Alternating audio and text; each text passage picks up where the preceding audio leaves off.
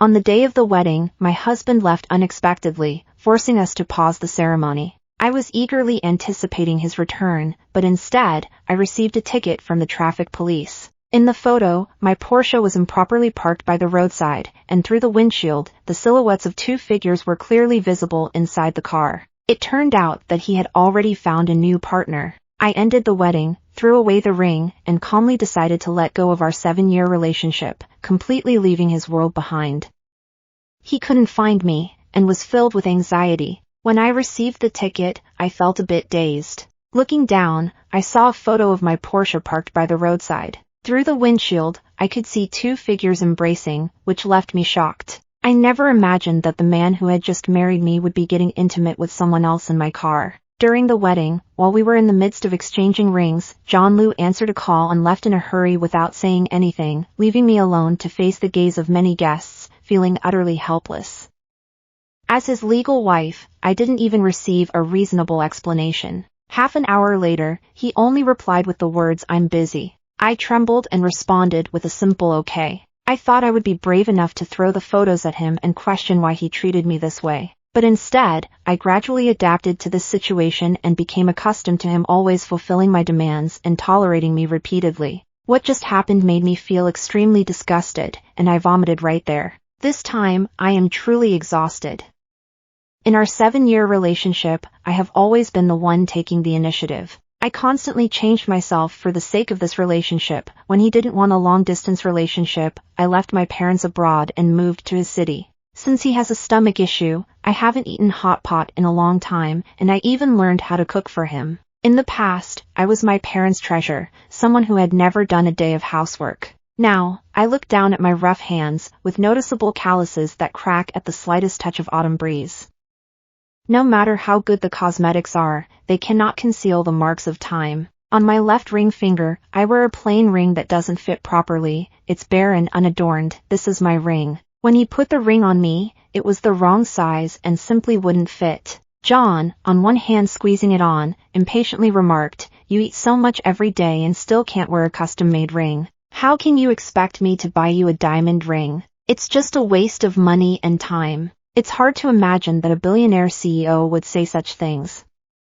John forgot that he was measured for a size in the fall and didn't remember that my fingers swell in winter from being immersed in cold water for too long, making them plump like carrots. I suggested multiple times that we install a water heater in the kitchen, but he merely brushed it off, never bothering to ask whether I needed one. In the end, John put the ring on, but I felt like my finger was about to break. My entire finger turned red, the ring was too tight and stuck at the tip, restricting movement, and my finger became purple due to the lack of blood circulation.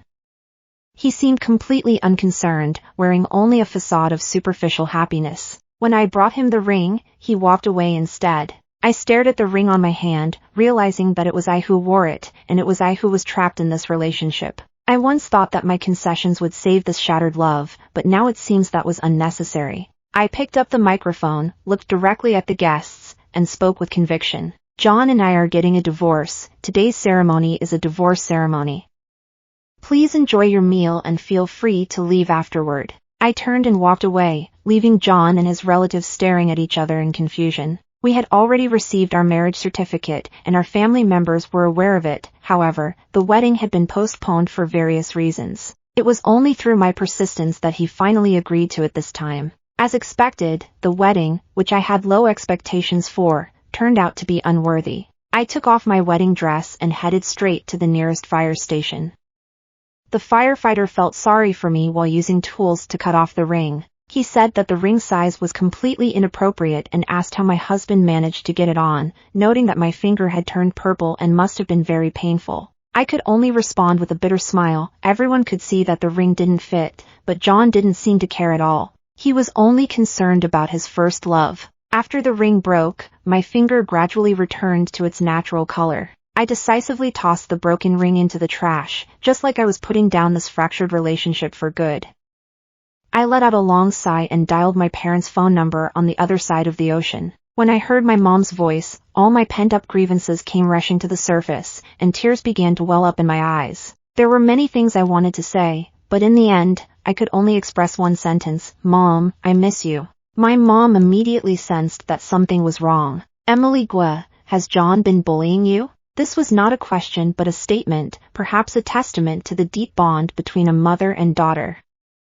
Mom, I want a divorce. Once I take care of everything, I'll come to see you. I choked back tears and said, okay, I'll be waiting for you at home. Emily, your mom will always support your decision. The wedding was arranged in a hurry, so I didn't invite my parents because I was worried that seeing me in this situation would upset them. Every time I make a phone call, I repeat 2 sentences, I am doing well, and John is treating me well. Beyond that, I don't know what else to say, because I have never been valued by anyone, and I can't even imagine a nice compliment.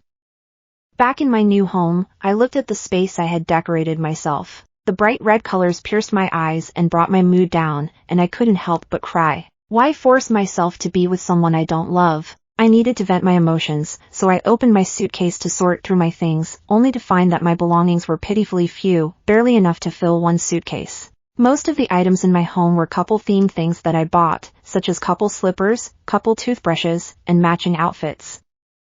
I can no longer use any of these. I was in the middle of tidying up and really didn't feel like cooking, so I ordered a spicy hot pot and added a lot of sesame sauce. It was just the right flavor. Previously, I had to eat very lightly to accommodate John, but this time I could finally enjoy my food. Just as I finished tidying up, I heard someone knocking at the door. I opened it and saw John, looking impatient, holding my takeout. It was a rather strange sight. I hadn't spoken yet when he began to question me, asking how I could eat this. I had just taken a moment to check my phone, and half an hour earlier, John had sent me a message that simply said, cook. I was about to remind him that he couldn't eat that takeout, but when I turned around, I saw him enjoying it at the dining table. He was dressed in a well-tailored custom suit and wearing an expensive watch, which created an interesting contrast with the cheap takeout. I had forgotten that he wasn't actually unable to eat it. I was just worried about him and overly concerned that he might have issues, always on high alert. When John finished, I had just taken the couple's toothbrush holder out of the bathroom. Seeing the disgust in his eyes, I realized that the holder was too ugly for him to use. I also felt that it was unusable. It was just too unattractive. I forced a smile and then tossed it into the trash can. I didn't want this awful love anymore. John clearly didn't expect me to be so direct, and only then did he realize I might be angry. He quickly walked over to me, wrapped his arms around my waist, and buried his head in the crook of my neck, like a lazy sloth. Usually, if he nestled against me like this, I would definitely respond, but this time I couldn't move my hands. The moment he touched me, my whole body froze and I felt a shiver run down my spine. Images of him entangled with Sophia resurfaced in my mind, and a wave of nausea washed over me. I straightened up and kept my distance from him, breaking free from his hold. Noticing my resistance, the gentleness on John's face vanished in an instant, replaced by a hint of irritation. He said, Emily, don't be angry.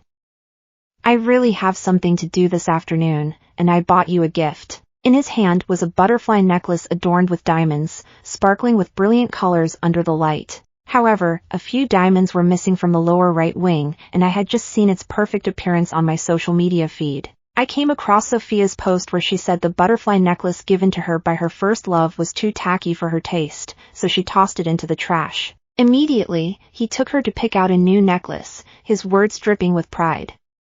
The photo showed the butterfly necklace, from its perfect state to lying all alone in the garbage. John picked it up and brought it back to comfort me. He looked at my face, a bit dazed, and asked me why I was crying. I obviously didn't understand his meaning as he pointed to my swollen eyes. I had gotten a little watery-eyed while packing up earlier and rubbed them, which made them red. Although my explanation might sound somewhat unconvincing, I knew John wouldn't mind. I casually picked up the couple's towel next to me, hoping to ease the awkwardness between us.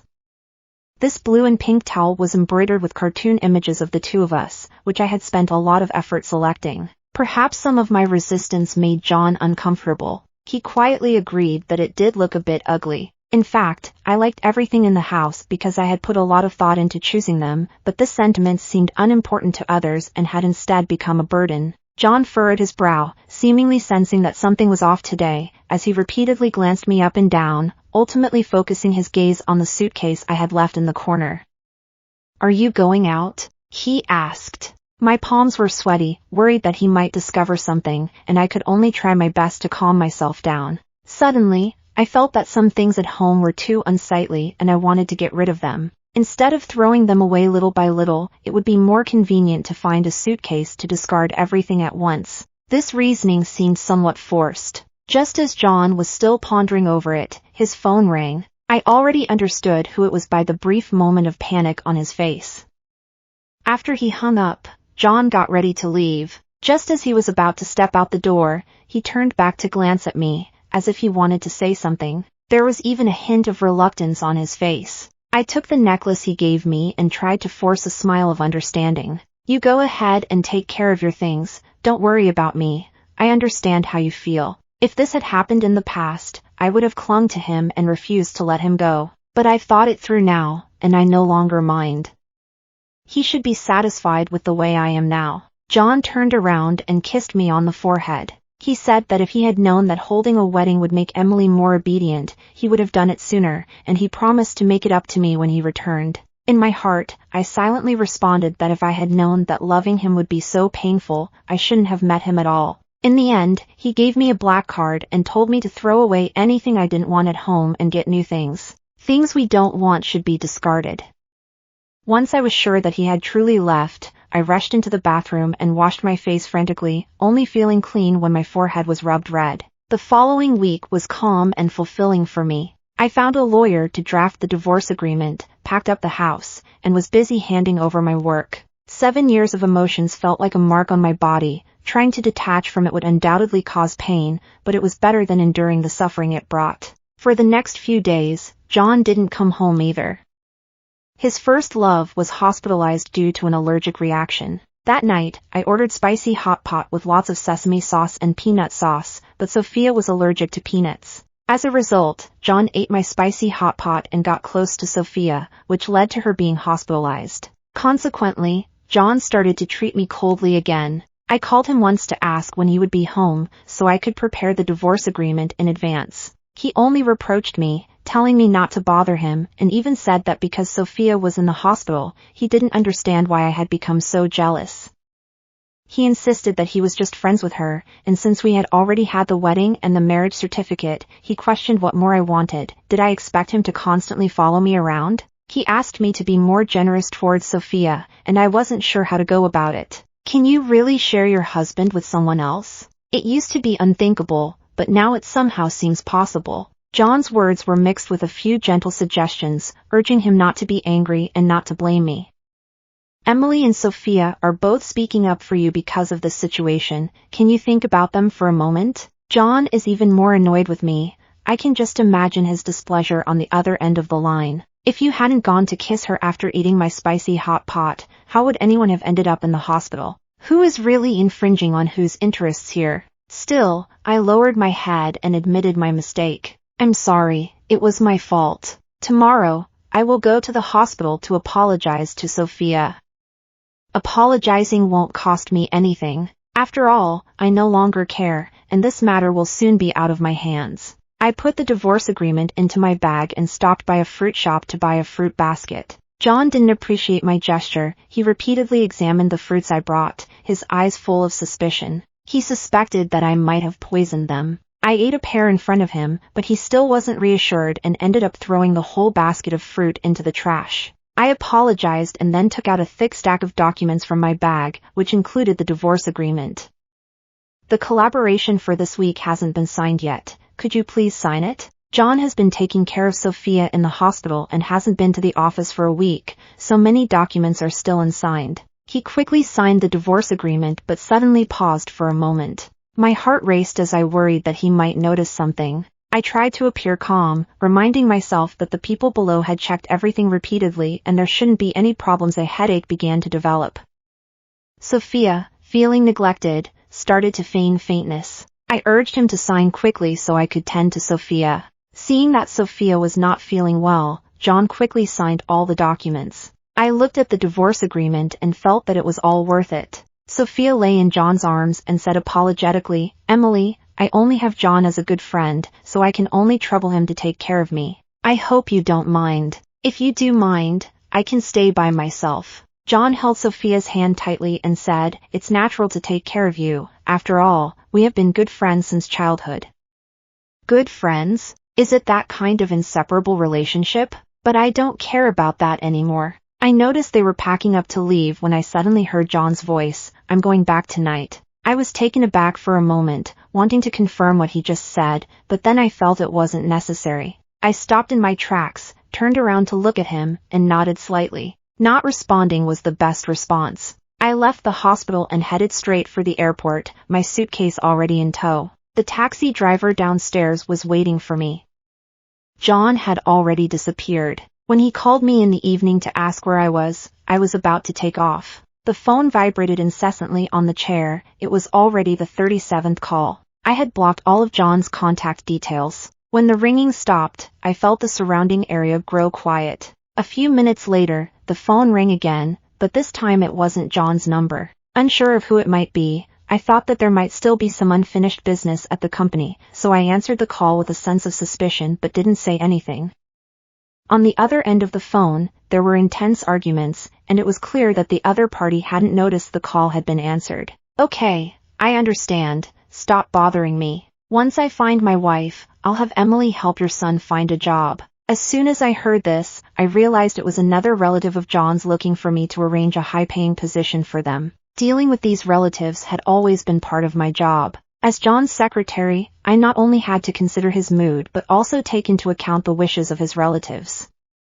"Don't try to fool me. I'm not easily deceived. You two have already divorced and even had a farewell dinner. You're just making excuses not to help my son find a job. If you don't arrange it today, I won't leave." John seemed to be angered by something. "A farewell dinner after a divorce? What are you talking about? It's simply impossible." Meanwhile, a gentle female voice came over the airport intercom, "Ladies and gentlemen, our flight is about to take off." At that moment, John realized the call had connected, and excitedly asked me, "Emily, what are you doing? It's too loud." I didn't listen to the rest and hung up the phone.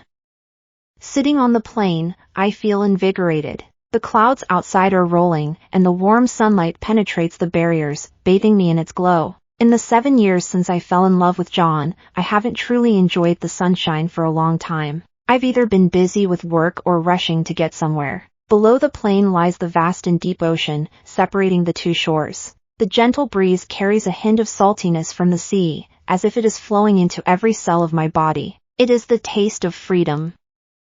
It reminds me of the time when I was not yet a femme fatale. At that time, in my 20s, I told myself to go and explore. That's when I met John. During the debate competition, he spoke eloquently, sharing unique insights. The stage lights shone on him, capturing everyone's attention, including mine. At that time, he was very poor. To prevent his first love from suffering alongside him, he chose to break up.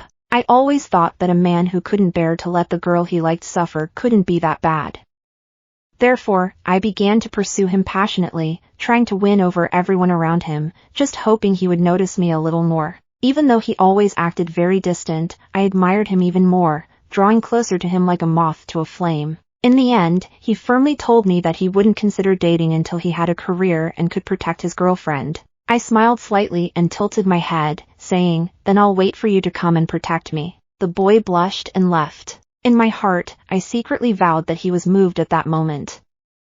Sure enough, he was very talented. He started his own business while in college and became a company owner right after graduation. He is very talented in business, and within 3 years, he has turned the company into a huge commercial empire. Because of his exceptional skills, there was no shortage of girls who were fond of him, but I made sure to chase them all away. In my final year of college, my parents hoped I would return home to develop my career, but my feelings for John made me hesitant. Faced with the choice between my parents and the one I love, I felt completely lost.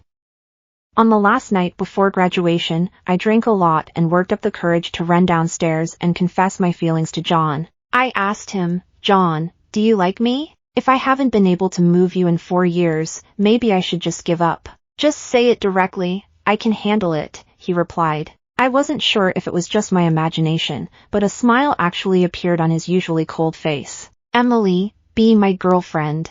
I thought my sincerity had touched him, but years later I realized that when I confessed my feelings that day, John had already begun a relationship with his first love and was living the life he desired with a wealthy boyfriend.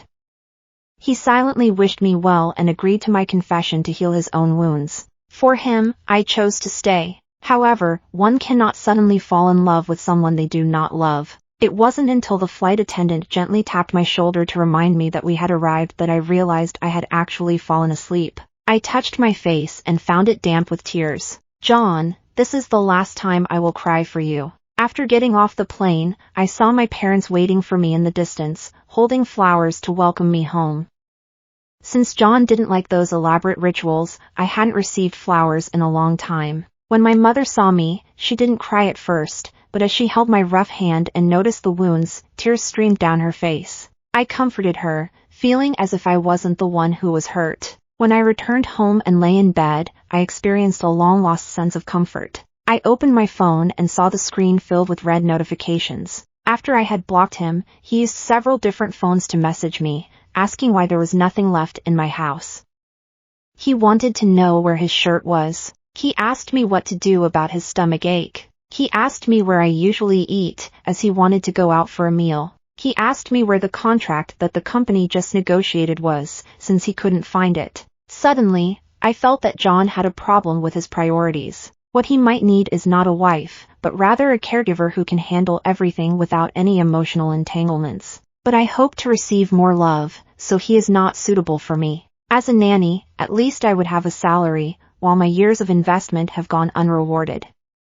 I studied investment, but I have been enduring this situation of high input and low return for the past 7 years. Perhaps it's because the pain is too much that I can only heal myself with some small moments of sweetness. Today, he served me food and even asked me to take an umbrella because it's raining. He picked me up from work today, which shows that he has a good impression of me. Every breath I took felt a bit painful, and in the end, I took out my SIM card, folded it, and gently snapped it in half.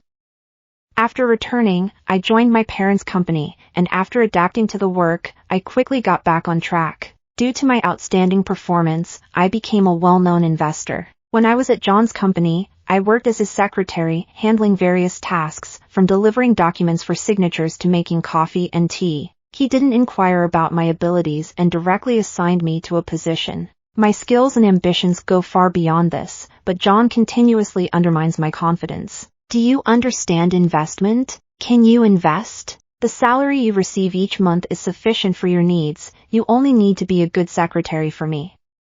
But for me, it's not just a matter of money, it's about ideals. He seems to have forgotten that during the turbulent times in the company's stock market, it was I who stepped in to turn the situation around and rescued the entire company. A few months ago, I was performing well at work, and my mom started to arrange blind dates for me, focusing on excellent candidates from within the industry. I understand her intention, wanting me to move on from my previous failed relationship, so I didn't oppose the idea of blind dating.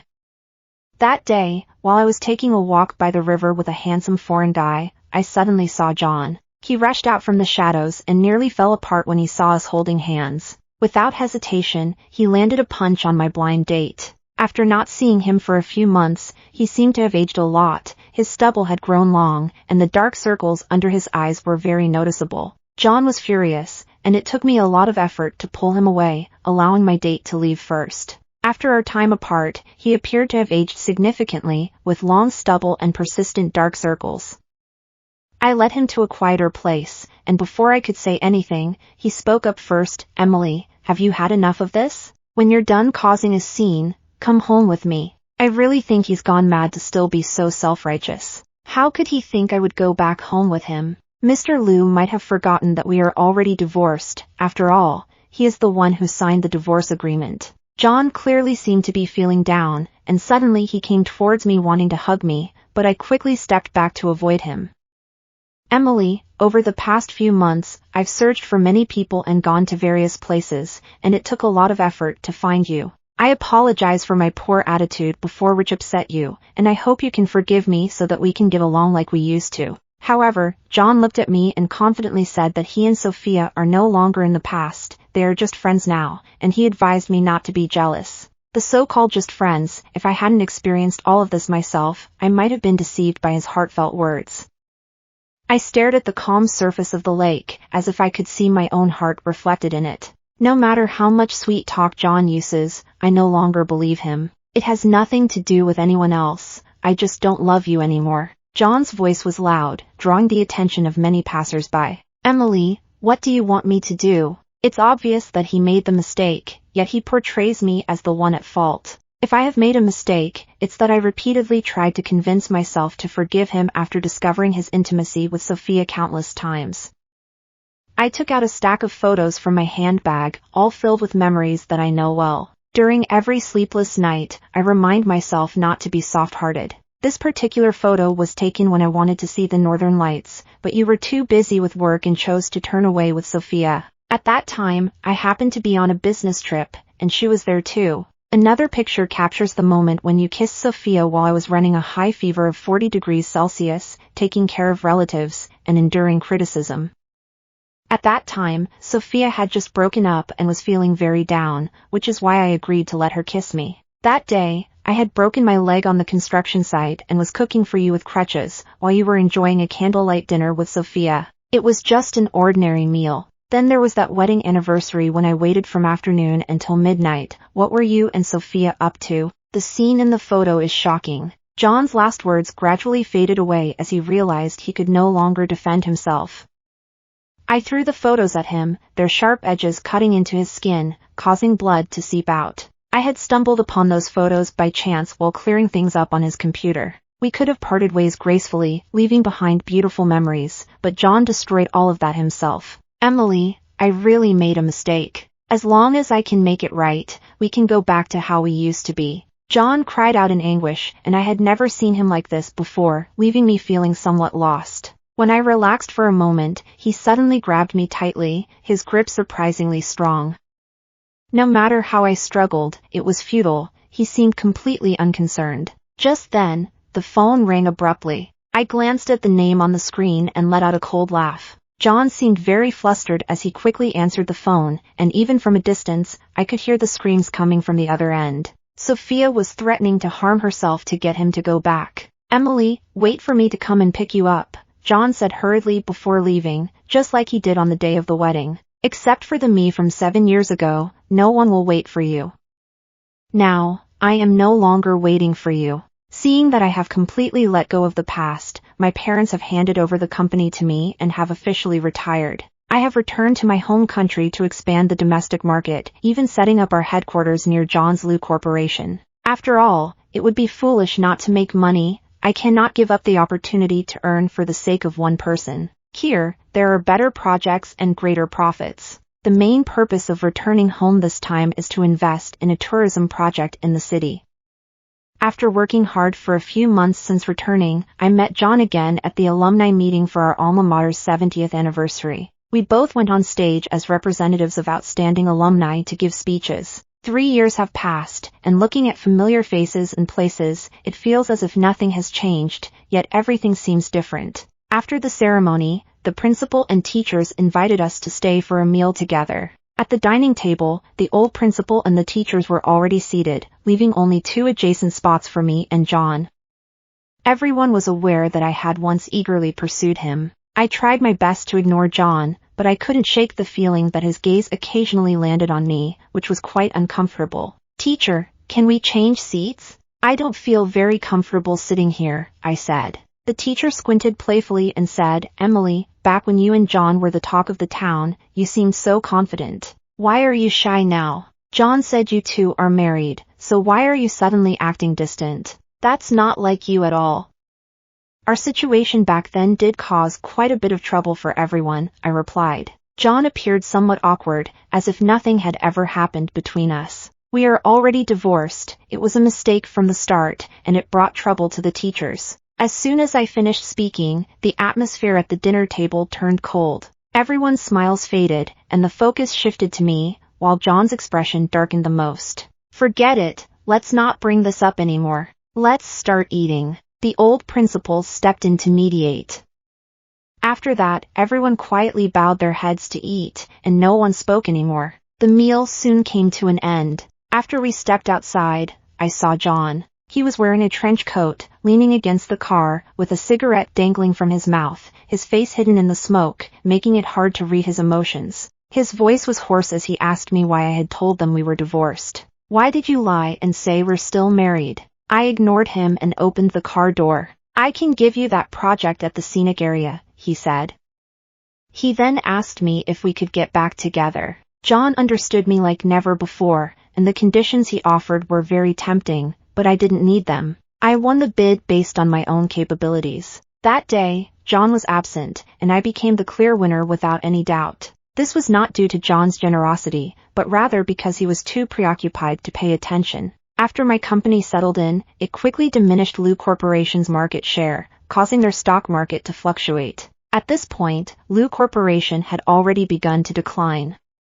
John, however, failed to take any action, and shareholders gradually withdrew their investments, leading to a broken financial chain. Ultimately, the company collapsed and became a mere shell. This bidding opportunity was their last chance, and John was well aware of this. However, due to lack of funds, they had already missed their opportunity. In fact, there was a way out. John had private assets that, if he was willing to tap into, could change the situation. However, he did not take that step, which left me quite puzzled.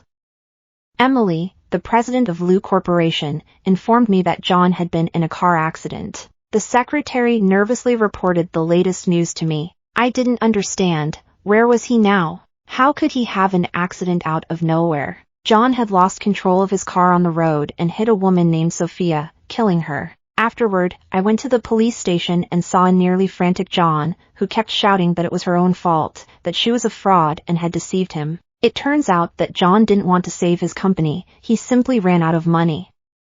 After the transfer of company shares, there were financial issues, and John stayed at the office every day without going home, which even made the little clerk at the mall notice something was off. In the end, without John's knowledge, Sophia transferred all his money into her own account and bought a plane ticket to escape. However, John discovered her plans. This led to a scene at the airport where John chased after Sophia, resulting in an accident. Sophia is a complete fraud. She approached me solely for my money.